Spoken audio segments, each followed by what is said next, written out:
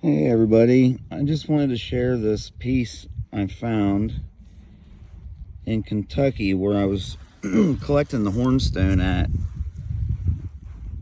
This material is not from around that area. It looks to me like it's heat treated Indiana laurel chert. Because it's either that or it could be Flint Ridge, but I think it's Indiana laurel because it has a little bit of pink hue in it, like where it was heat treated, and it resembles it a lot if that's not what it is. But anyways, it could be Flint Ridge. It could be Burlington too, maybe. But it was in the middle of a hornstone utopia. Like there's not another type of chert for miles and miles and miles. There's dump truck loads of chert everywhere, but it's all Kentucky hornstone. Like you don't see a flake of nothing else. Nothing. Ask anybody that hunts down there. It's all hornstone. So this thing stuck out like a sore thumb.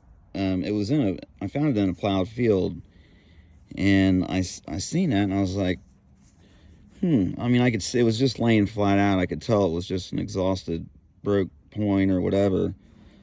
But since I've been able to learn more about the materials and stuff, and kind of read the surface of the stone and everything, it's made this so much more fun. Like, back in the day when I was artifact hunting, I would have found this and I said, man, that's a rough one there. We'll put that in a shoebox. But now I look at it and I'm like, I know it's from a different area.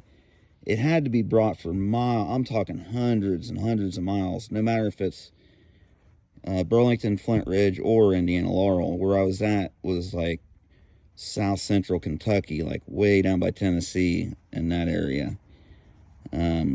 So it was a long way. And they have exhausted this thing. It's not broken or anything. It's just been worked down and exhausted. It was either a corner notch, like it could have been like a Hopewell, little Snyder's Hopewell type point.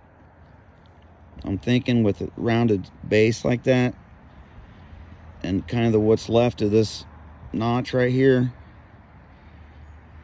I'm guessing that's maybe what it was, but so it was probably broke at one point, and then they blunted it off and used it as a blunt.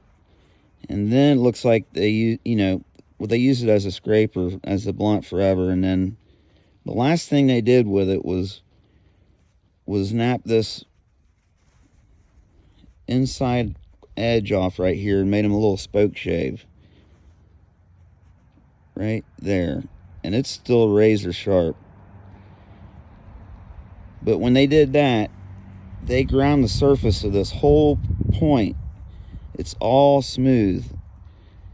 There ain't a ridge sticking up anywhere on this thing. It's all smoothed off. So they ground the surface of it so they could hold it like that and use that thing as a spoke shave. And that none of those sharp edges would get them. And then they probably used it that one or two times, and that was it. That was the end of the hundreds of miles it took to get down there. And then this old hillbilly finds it and brings it all the way back up here to Indiana.